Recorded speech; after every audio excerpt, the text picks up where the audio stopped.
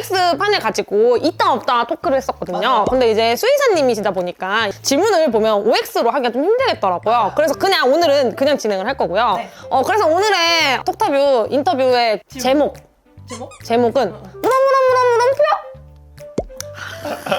갤런 선생님 거 훔쳐.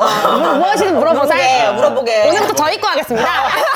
그래서 저희가 이제 수의사님한테 질문을 해달라고 커뮤니티에 저희 구독자분들에게 받았는데요. 굉장히 많은 분들이 질문을 남겨주셨습니다. 그래서 저희가 이렇게 레트로하게 종이에 뽑아왔거든요. 그래서 저희 뽁뽁이들이 수의사 선생님에 대한 궁금증이 굉장히 많더라고요. 네, 놀라웠어요. 응. 그래서 저희가 질문을 수의사라는 직업에 대한 궁금증과 그리고 반려인들 질문 이렇게 해서 두 파트로 나눠서 왔습니다. 네.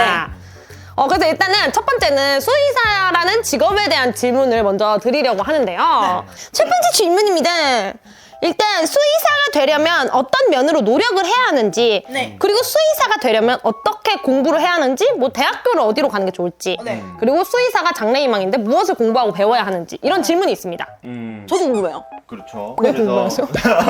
수의사가 혹시 꿈이셨던 전 없어요. 적은 없지만 네, 알겠습니다. 우선은 뭐 수의사가 꿈인 학생분들이 굉장히 많으신 것 같더라고요. 그래서 수의사가 되는 방법에 대해서 말씀을 드리면은 일단 뭐 수의대를 가야 됩니다. 그래서 그 학교를 들어가서 열심히 공부해서 그 다음에 국가고시 시험에 합격하면 수의사 면허가 나옵니다. 면허가 있어요. 네, 그러면 이제 수의사로서 일을 할 수 있는데 그러면 지금 이제 학생분들, 뽁뽁이 분들은 어떻게 해야 되느냐?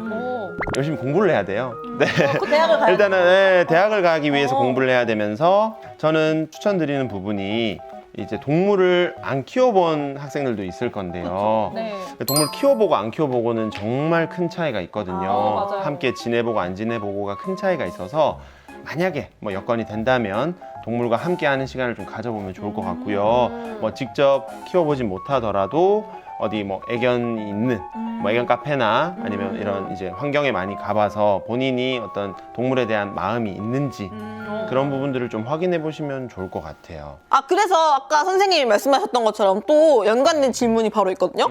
수의사가 꿈인데 강아지를 무서워하는 친구가 있어요. 네. 그래서 친해질 수 있는 방법을 알려달라고 이렇게 질문이 있었거든요. 근데 수의 테크니션이 이게 수의사가 수의사님은 아니지 않아요? 그렇죠. 이게 달라요? 이제 용어가 조금 혼동이 있을 수 있는데, 네, 테크니션은 이제 동물병원에서 일하시는 간호사 선생님들을 의미하는 용어입니다. 그래요? 좀 멋있다. 수의 테크니션. 저 수의 테크니션이에요. 난 멋있게 풀어 쓰는 건 줄 알았어. 네, 그렇게 착각하실 수도 있어요. 네, 맞아요. 그래서 수의 테크니션. 수의 테크니션을 꿈꾸시는 분들 중에서도 동물을 뭐 이제 잘 다루시는 분들도 계시지만 무서워하시는 분들도 계셔서 근데 무서워하면 안 되겠네요. 일할 때는. 왜냐하면 계속 아이를 다뤄야 되고 계속 입원하는 애들도 봐야 되고 이렇게 하기 때문에 결국은 친해지기 위해서 두려움을 없애기 위해서는 뭐 함께 반려를 한다든지 키우시든지 아니면은 직접 강아지와 계속 접촉을 많이 해봐야 그 두려움이 없어지기 때문에 근데 만약에 결국 두려움이 없어지지 않는다고 했을 때는 사실 일하기 힘드실 수 있습니다. 그러면 이제 수의사가 된 계기가 어떻게 되나요? 아까 조금 말씀드렸지만 계속해서 이제 저는 동물, 강아지를 키우고 있었고요.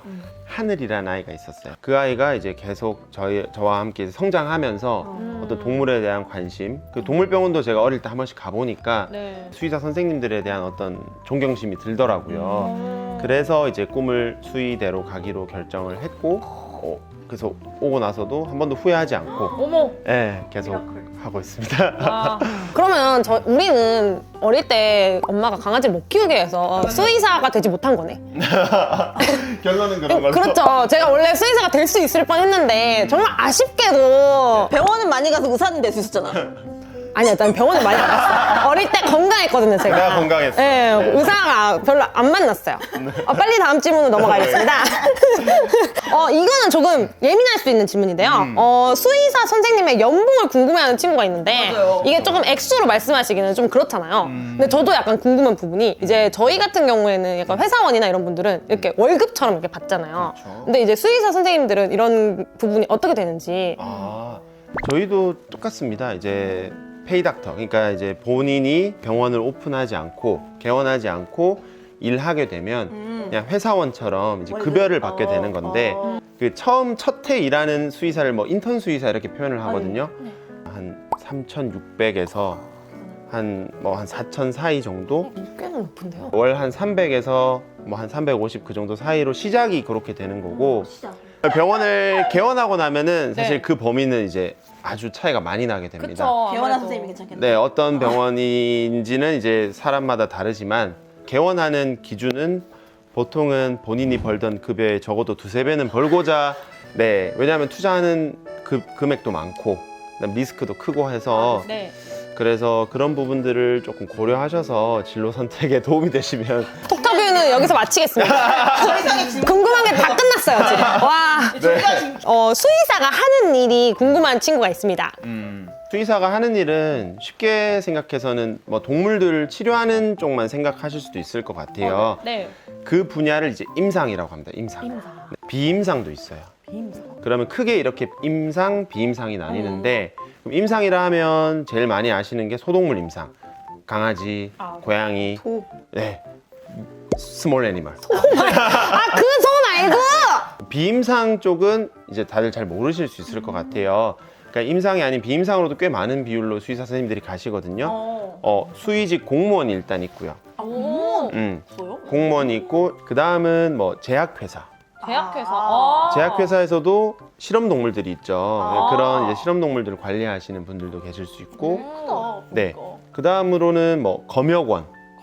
네, 국립수의과학 검역원이 있는데 거기에다 수의사 선생님들이 계십니다.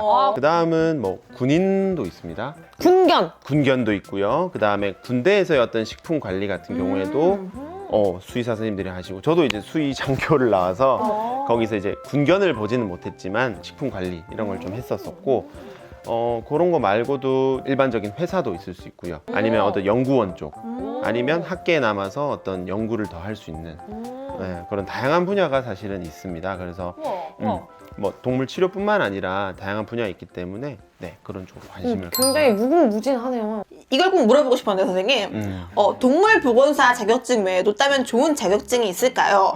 교수님 말로는 미용사 자격증도 따놓으면 좋겠다고 하셨는데 미용사 자격증도 따놓으면 좋겠죠? 여기 지금 질문 주신 분이 반려동물 보건과 전공이시더라고요. 그런 거예요? 네, 그래서 그 전공이신 분들은 올해부터 지금 시험이 나왔어요. 제가 아까 말씀드린 수의 테크니션이라는 명칭이 이제 동물 보건사라는 명칭으로 이제 개정이 되었는데요. 분야에 대한 국가공인 자격증이 생긴 거예요. 국가에서 주관하는.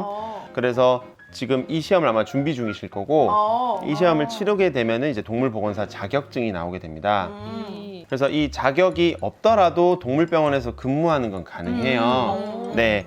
그렇지만 이 자격이 이제 있음으로 해서 좀 더 전문적인 직업화가 되는 건데 만약에 뭐 미용 쪽으로 일을 하시려는 게 아니라 말씀드린 테크니션, 보건사 이쪽으로 이제 일을 하신다고 하면 사실은 동물 보건사 자격만으로도 충분하고 혹시나 다른 자격증, 제가 알아보니까 여러 가지 자격증들이 있더라고요. 어떤 훈련 부분이나 행동 교정 부분, 뭐 그런 부분에 대한 자격은 따놓으시면은 어쨌든 일을 하는 데 있어 도움이 될 수 있고, 또 제가 이제 병원에서 채용을 담당하고 있거든요. 동물 보건사 이제 쪽으로 꿈꾸시는 분들은 지금 제가 채용하는 기준에 대해서도 궁금할 것 같아요.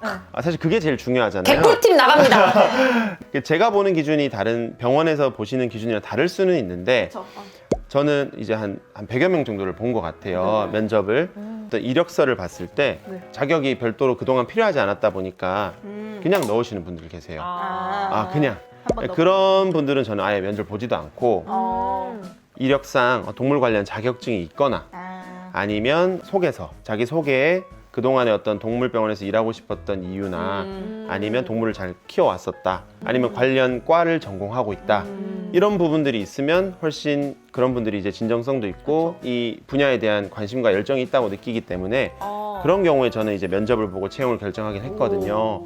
그래서 그런 부분에서는 어떤 다양한 분야로서 관심을 가지고 자격증 취득에 좀 노력하시면 훨씬 더 도움이 되지 않을까요? 너무 좋은 얘기입니다. 너무 좋은 이야기인 것 같습니다. 네, 맞습니다. 다음 질문인데요. 이것은 어떻게 대답을 하실지 정말 궁금합니다. 저희 강아지가 싸가지가 없는데 어떻게 하죠? 강아지가 저도 싸가지 없는 강아지를 강아지를 많이 만나봤는데요. 제 옆에 있습니다. 아, 이거 너무 웃겼어요. 이 질문이. 어떻게 하면 좋나요, 네, 선생님? 재밌었는데 네. 일단 싸가지가 없다는 표현이 뭐 어떤 의미일까를 좀 생각을 해봤어요. 네. 일단은 이제 본인의 말을 안 듣고 네. 이제 천방지축으로 아마 하고 뜯고 물고 뭐 이런 고집이 부분들 세다던가. 고집이 세거나 네. 내 말도 안 나가려고. 듣고 네. 나가려 하고 근데 또 이거를 반대로 생각했을 때 그러면 그런 아이가 좀 나쁜 아이인가를 생각해 보면은 그냥 본능인데 강아지들에 있어서는 근데 우리가 이제 함께 살아가려면 그래도 조금 맞춰가며 살아야 되잖아요. 그쵸, 그쵸. 그러면 사실상 이제 좀 훈련을 맞아요. 해야 되는 부분이 첫 번째 같이 살기 위한 방법으로서의 훈련이죠. 그런 이제 뭐 조금 기다리는 부분에 대한 훈련을 해주시면 좋고요. 강아지들 페로몬 이제 디퓨저 같은 형태로 나온 게 있어요. 네. 뭐 제품 홍보는 아닌데 네. 이게 실제 의학적으로 조금 애들이 진정이 된다고 해요. 네. 그래서 디퓨저 형태로 꽂아 놓을 수 있는 것도 있고 아니면 스프레이 형태로 좀 아이들이 있는 공간에 뿌려주는 형태도 있습니다. 당장 구매해야겠는걸요? 네, 그런 것 좀 써주시면 확실히 아이들이 좀 컴다운 돼요. 네. 사야겠다. 네. 효과 있는지 해볼까? 우리 싸가지? 네. 제가 싸가지 없는 강아지를 키우는 사람으로서 말해보면 훈련사님과 훈련을 하는 것이 굉장히 도움이 됩니다. 맞아요. 한 3가지 정도는 갈 수 있어요, 진짜. 네. 이제 드디어 마지막 질문 타임이 되었는데요. 마무리답게 굉장히 아름다운 질문입니다. 네. 강아지가 어떻게 해야 행복할까요? 항상 인간에게만 좋은 것들만 해준 것 같아서요. 정말 저도 이 질문 보면서 약간 감동을 받았어요. 네. 그래서 정말 너무 이런 질문 너무 감사하고요. 그래서 마지막 질문으로 정말 좋은 것 같은데 같이 살게 되면서 뭐 저희에게 너무 큰 행복을 주잖아요. 동물들은. 네. 예를 들면 이제 훈련을 하더라도 저희의 언어로 가르치지 않습니까? 동물들을. 그러니까 그런 부분 반대로 동물들이 원하는 것들을 본인이 표현할 때도 있잖아요. 저는 이제 그런 언어들을 좀 이해해 보려고 노력하는 것도 상호 행복을 위해서 중요한 것 같고 반려하시는 분들은 아시더라고요. 뭐 낑낑거리면 밥 달라는 건지 네. 화장실 가고 싶다, 산책 가고 싶다 그런 것들을 좀 더 같이 보내는 시간을 길게 함으로써 이해하려고 서로 존중해주고 제일 좋아하는 거죠. 산책.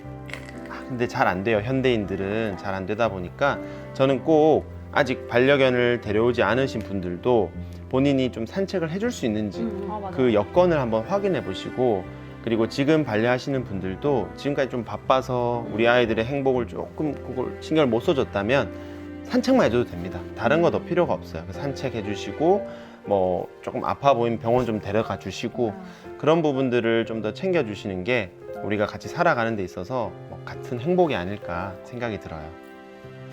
마지막으로 선생님께서 이제 우리 채널 뽁뽁이들에게 한번 한 말씀 부탁드리겠습니다. 우선 이렇게 많은 뽁뽁이분들 제가 만날 수 있어서 너무 좋았고 커뮤니티 댓글 제가 다 읽어봤거든요. 정말 이 수의사에 대한 관심과 실제 반려하면서 궁금하셨던 분들 굉장히 많으셨던 것 같아요. 그래서 이런 기회로 제가 해결을 해드릴 수 있어서 너무 좋은 자리였다고 생각이 들고요. 혹시나 뭐 더 궁금하신 게 남아있다. 그럼 저희 채널 오셔가지고 댓글 달아주시면 제가 시간이 허락하는 한 모든 댓글에 답변을 드릴 테니까요. 아니면 지금 영상에 댓글 달아주셔도 제가 댓글로 답변을 드릴 테니까 뭐 궁금하신 거 많이 질문해 주시면 좋을 것 같습니다. 자, 그럼 오늘 영상 여기서 마치도록 하겠습니다. 안녕!